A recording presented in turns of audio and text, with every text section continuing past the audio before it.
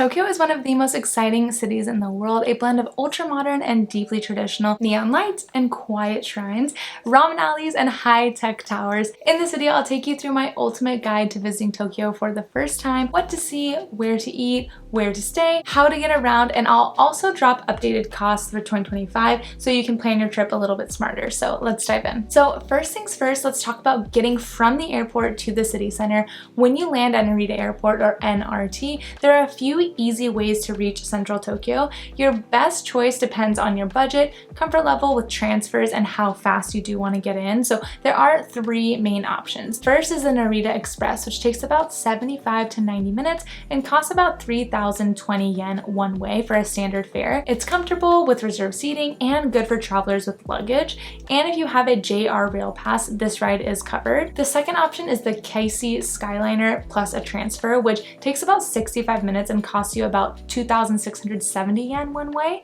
You'll ride to the Skyliner to Napori, and then you're transferred to JR or local lines to your final destination. And then the third option is the local/regular train, which takes about 75 to 90 minutes or more depending on how many stops, and costs about 1,200 to 1,300 yen depending on what your final destination is. So of course this option has more transfers and is slower, but much more budget friendly. Some tips about transportation to think about here. First, always check train schedules using apps like Hyperdia, Joruden, or Google Maps Transit. Consider getting a local Tokyo pass. For example, there's a Tokyo Metro 24-hour ticket for about 600 yen, or the common one-day Tokyo subway pass for about 900 yen, which includes unlimited rides on Tokyo Metro and Toei subway lines. So this could save you some money depending on how much you plan on using public transportation during your trip. And if you plan on leaving Tokyo to go to any other cities like Kyoto, Osaka, or Hakone to see Mount Fuji, consider getting the Japan Rail Pass to help save money on all of your train journeys. Now let's talk about where to stay, which can seem super overwhelming because Tokyo is huge, but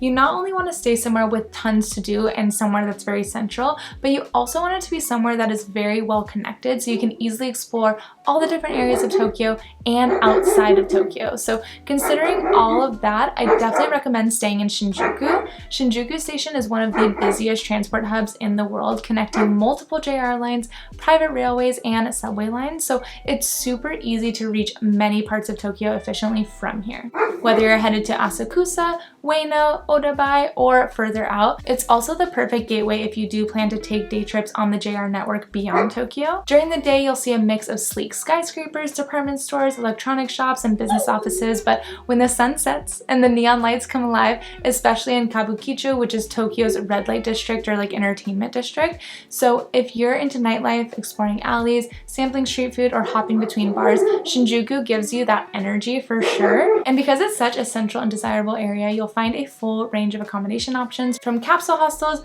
business hotels, to mid-range and upscale hotels. The station area is surrounded by shops, convenience stores, restaurants, late night ramen stands, and cafes, so you're rarely far from something that you need. Also, the western side of Shinjuku, especially around the Metropolitan Government Building, tends to be a bit calmer, so it gives you a little bit of a quieter retreat while still being close to the action if that's what you prefer. But I do always like to present the trade-offs or things to be aware of because it is so busy. The station and surrounding exits can get very crowded, especially during rush hour, and since the station is massive with so many exits, it can be easy to get lost if you kind of just aren't really paying attention. Kabukicho, the nightlife district I just talked about, has more activity late at night. Obviously, it's not dangerous by Tokyo standards, but like any big city, you just want to stay alert, you know, keep your head on a swivel. And if your hotel is right above or beside one of the main streets, you might hear noises at night, but many buildings are well insulated, so it shouldn't be too much of an issue. All things considered, I still lean strongly towards Shinjuku for a 3-day itinerary base because its mix of convenience,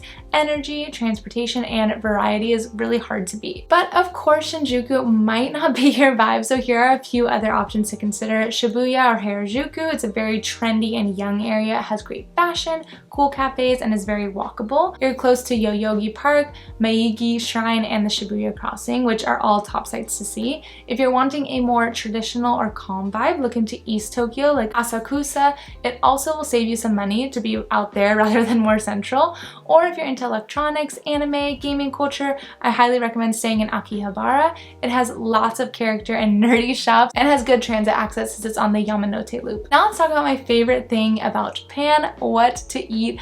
Honestly, every day I would wake up and I was just so excited for my next meal. There's just so many amazing foods to try. So I won't go into too much detail, I'll try, about every single food item because that would just be a separate video on its own because there's just so many good things to try.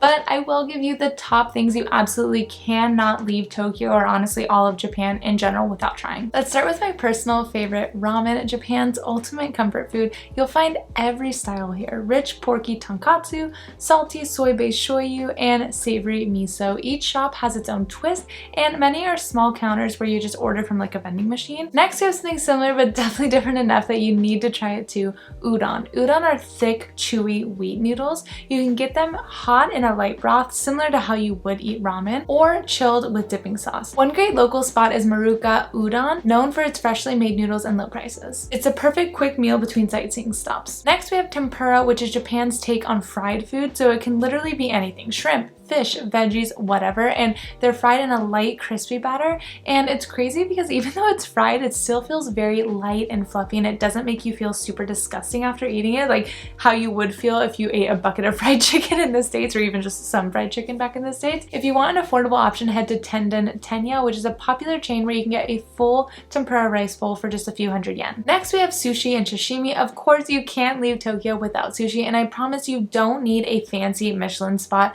Conveyor belt sushi or kaiten sushi is fun, cheap, and super delicious. In my opinion, it's a bucket list Japanese experience within itself just to go to a conveyor belt sushi restaurant. And something that might shock Americans, even convenience store sushi here is surprisingly good. It's not like how it is in the States where eating at a 7-Eleven or an AM/PM is weird and the food is very, very questionable. It's actually really common for people to grab actual real food at a convenience store here, not just like packaged snacks. Next, let's talk about something you might not have heard of and might be a little bit out there for some people: takoyaki.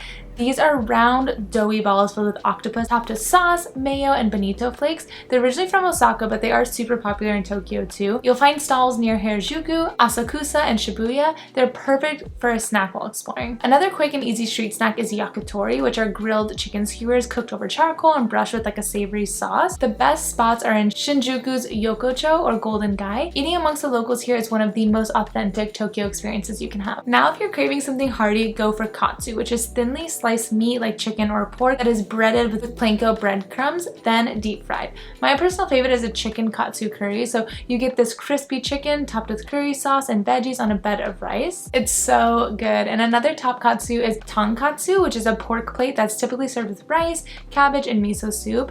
And of course, save room for something sweet like mochi or matcha. I am obsessed with matcha, so it was one of my favorite things, walking around trying all the different matcha treats, like not just having a matcha tea, like matcha ice cream, matcha cakes, any of those types of things. It was always the perfect way to end a food-filled day. Now let's dive into the top things to do in Tokyo. Last week I made a full 3-day itinerary where I went into detail about what to do every single day, and I even included a link to a Google map that you can download while you're on your trip and just kind of follow along. So this section won't be as detailed as that. Of course, it'll just give you a list of a few things that you really can't miss in my opinion, but make sure to check out that video if you want something really, really detailed day by day. Let's start with Shinjuku Goien, one of the most beautiful parks in Tokyo. It's this huge green oasis right in the middle of the city filled with traditional Japanese gardens, ponds, and hundreds of cherry blossom trees if you visit in the spring. It's the perfect place to slow down, stroll, and escape the noise for a little bit, and it's just a short walk from the chaos of Shinjuku Station. Next up, we have Harajuku, Tokyo's fashion playground. Takashita Street is filled with quirky boutiques,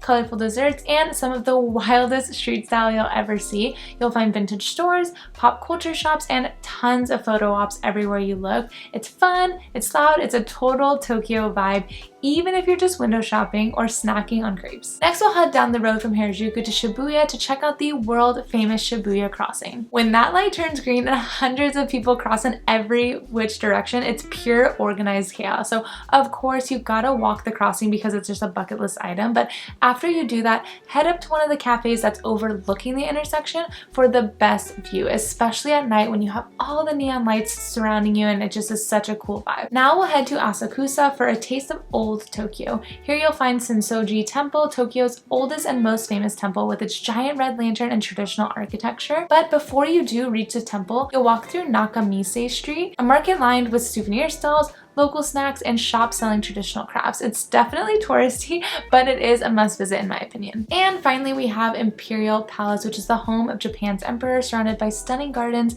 and moats right in the center of the city. You can't go inside the main palace itself, but you can walk around through the East Gardens and the surrounding park areas completely for free. It's a peaceful spot that gives you a glimpse of Japan's history right in the heart of modern Tokyo. So I hope that helps you start your planning process for your Tokyo trip with tips on transportation, where to stay, food, and things to do. Like I mentioned before, I have a more detailed itinerary that literally has everything for you day by day to make things easier, and even a downloadable Google map to follow while you're actually in Tokyo. So let's go ahead and take a look at that 3-day Tokyo itinerary to help you make the most of your time there.